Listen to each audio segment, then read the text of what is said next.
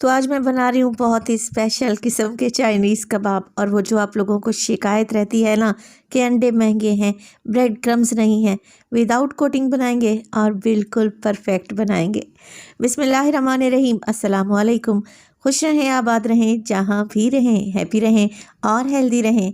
तो मैं हूँ फ़ायज़ा और वेलकम करती हूँ आपको चटपटे पकवान में। आज मैं बना रही हूँ बहुत ही ज़बरदस्त किस्म के चाइनीज़ कबाब। कबाब की ये रेसिपी आपको बहुत ही पसंद आएगी क्योंकि अंडे और ब्रेड क्रम्स की कोटिंग के बगैर जब भी कबाब बनाएं ऑयल में बिखर जाते हैं, टूट जाते हैं, मगर ये कबाब कभी भी ख़राब नहीं होंगे। तो कबाब बनाने से पहले एक छोटी सी गुजारिश करना चाहूँगी, अगर तो रेसिपी ज़रा सी भी अच्छी लगे ना तो लाइक भी कर दें। Super tasty, super easy Chinese कबाब बनाने के लिए सबसे पहले तो मेरे पास है 3 पाव के बराबर उबले हुए आलू। आलू को छीलें, बॉईल करें और बॉईल करने के बाद इन्हें मैश कर लें।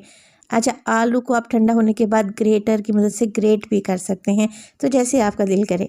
तो यहाँ पर गर्मा गर्म आलू को मैं मैश कर लूँगी। अच्छा, आलू अच्छे तरीके से मैश हो जाएंगे तो अब इसमें डालेंगे कुछ मज़ीद चीज़ें। काली मिर्च का पाउडर ऐड करूँगी मैं इसमें 1 टीस्पून, और 1 टीस्पून ही इसमें शामिल करूँगी मैं नमक का। शामिल करेंगे इसमें ढेर सारा बारीक कटा हुआ हरा धनिया। अगर आप लोग ज़्यादा तीखा खाते हैं तो बारीक कटी हुई हरी मिर्चें भी डाल सकते हैं। आधा कप के करीब जाएगा इसमें कॉर्नफ्लोर का। अब आप लोग पूछेंगे कि फ़ायज़ा अगर कॉर्नफ्लोर ना हो तब हम क्या डालें?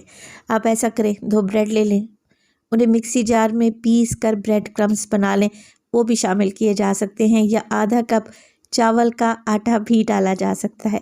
चलें जी, सब चीज़ों को अच्छे तरीके से मिक्स करें, आटे की तरह गूंद लें और आलू एक डो की शक्ल में आ जाएंगे कुछ इस तरीके से। इन्हें एक साइड पर रख देते हैं।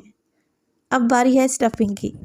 तो स्टफिंग के लिए सबसे पहले तो फ्राइंग पैन में मैंने शामिल कर दिया है 2 से 3 टेबलस्पून के करीब कुकिंग ऑयल। 1 पाव चिकन लें, उसे बॉईल करें, बॉईल करने के बाद बिल्कुल बारीक बारीक सा श्रेड कर लें और फ्राइंग पैन में ऐड कर दें। अच्छा, आलू की टिक्की, आलू के कबाब या सब्जियों के कबाब तो आप लोग खाते ही रहते हैं, ये कबाब बहुत ही यूनिक हैं।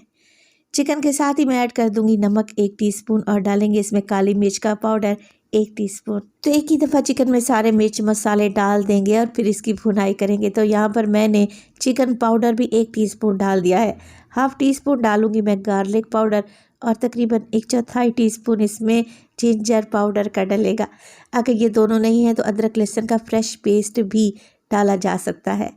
हाफ़ टीस्पून शामिल करूँगी मैं मोटी कुटी हुई लाल मिर्च, 2 टेबलस्पून सोया सॉस और 2 टेबलस्पून चिली सॉस के डालेंगे। बस जी, अब कुछ भी नहीं करना, सारी चीज़ों को मिक्स करें और चिकन को 1 से 2 मिनट के लिए भून लें। तो चिकन तो ऑलरेडी उबला हुआ है, चिकन में बस सारे मिर्च मसाले अच्छे तरीके से मिक्स हो जाने चाहिए। सब्जियों का इस्तेमाल मैं बाद में करूँगी। चिकन और मसाले पहले पक जाने चाहिए, वो क्यों आगे चलकर आपको बताती हूँ। तो यहाँ पर मिक्सिंग अच्छे तरीके से हो चुकी है और चिकन भी तकरीबन ड्राई हो चुका है। अब इसमें डाल देंगे सब्जियाँ। तो मेरे पास है तकरीबन 1 कप के बराबर बारीक कटी हुई गाजर, जिसे मैंने जूलियन शेप में काट लिया है। 1 कप भी इस्तेमाल करूँगी मैं शिमला मिर्च का, सेम कटिंग में काट लें, और 1 कप ही बंद गोभी का। अब मिक्स करें। देखिए, सब्जियों में अगर मैं मिर्च मसाले डालती ना तो सब्जियां फ़ौरन से पानी छोड़ देती, एकदम लूज़ हो जाती, जो कि मुझे बिल्कुल भी नहीं चाहिए था। तो चिकन चाइनीज़ कबाब के लिए जो मटेरियल मुझे चाहिए ना, उसमें सब्जियों का कलर भी ख़राब नहीं होना चाहिए और वो तकरीबन 50% तक पक जानी चाहिए, हल्की सी क्रंची रहनी चाहिए। तो देखा आपने, सब्जियों ने बिल्कुल भी पानी नहीं छोड़ा। बस 2 से 3 मिनट के लिए मिक्स करते हुए पका लेंगे ना तो ये हल्की सी सॉफ्ट भी हो जाएंगी। बस जी, फ्लेम को ऑफ कर दें और इस मज़ेदार चटपटे मिक्स को एक साइड पर रख दें। इससे हम कबाब की स्टफिंग करेंगे। आ जाते हैं कबाब बनाने की तरफ। तो यहाँ पर जो आलू मैंने तैयार करके रखे हुए थे, अब हाथों को हल्का सा ग्रीस कर लें ऑयल की मदद से, और देखें यहाँ पर हमने आलू का मिक्स उठा लेना है।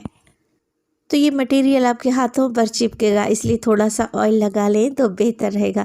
अब एक गोला सा बनाएं और फिर से हथेली की मदद से फैलाते हुए चपटा कर लें। असल में हमने सेंटर में चटपटी सी स्टफिंग लगानी है।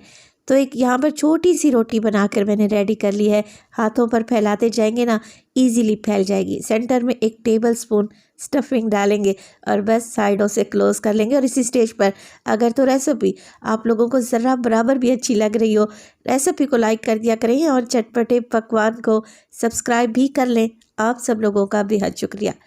अब देखिए कबाब तैयार कर लिया। कबाब के ऊपर मैं हल्की सी कलौंजी और सफ़ेद तिल भी लगाऊंगी अच्छी लुक के लिए।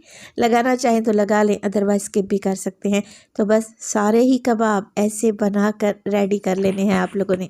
अच्छा, यहाँ पर मैं आपको 2 से 3 मज़ीद ऑप्शन देती हूँ। अगर आपको क्रिस्पी कबाब खाना पसंद है तो आप इस पर ब्रेड क्रम्स भी लगा सकते हैं। ब्रेड क्रम्स नहीं लगाना चाहते तो सिर्फ अंडे की कोटिंग भी कर सकते हैं, और मेरी तरह विदाउट अंडा और ब्रेड क्रम्स भी कबाब बड़े ही मज़े के तैयार होंगे। बस आप लोगों ने रेसिपी को एंड तक देखना है, क्योंकि एंड रिज़ल्ट बहुत ही परफेक्ट आएगा। तो यहाँ पर कबाब को फ्राई करने के लिए मैंने शैलो फ्राई करूँगी, और एक बड़े से तवे पर मैंने आधा कप के करीब कुकिंग ऑयल डाला, कबाब लगा दिए। बस जी, अब देखें इस तरीके से गरम ऑयल कबाब पर डालते जाएं।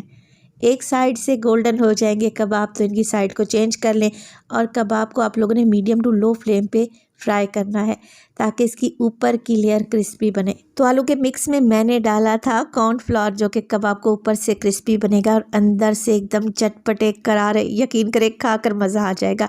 कबाब की ये यूनिक रेसिपी आपको अच्छी लगे तो ट्राई ज़ाज़ भी कीजिएगा, क्योंकि सर्दियों में सब्जियां बहुत बेहतरीन आती हैं और खाने में भी टेस्टी लगती हैं। तो देखिए दोनों साइडों से उलटते पुलटते हुए कबाब का कितना खूबसूरत कलर आ चुका है। शाम की चाय के लिए, बच्चों के लंच बॉक्स के लिए या फिर गेस्ट के लिए ये रेसिपी बेहतरीन रहेगी। आप ये कबाब दावत में भी बना सकते हैं। यकीन करें खाने वाले इसकी रेसिपी आपसे ज़रूर पूछेंगे। तो देखें लग रहे हैं ना टेस्टी। मैं आपको कबाब चेक करवा देती हूँ कि ये कितने ज़बरदस्त बने हैं। माशाल्लाह से ऊपर से एकदम क्रिस्पी और अंदर से बहुत ही चटपटे करारे से। रेसिपी बनाएं तो अपना फीडबैक लाजमी दीजिएगा। आपके एक प्यारे से कमेंट का मुझे इंतज़ार रहेगा। अपना बहुत सारा ख्याल रखिएगा। फ़ाइज़ा को अपनी दुआओं में याद रखिएगा। मुझे दीजिए इजाज़त। टिल देन, अल्लाह निगहबान।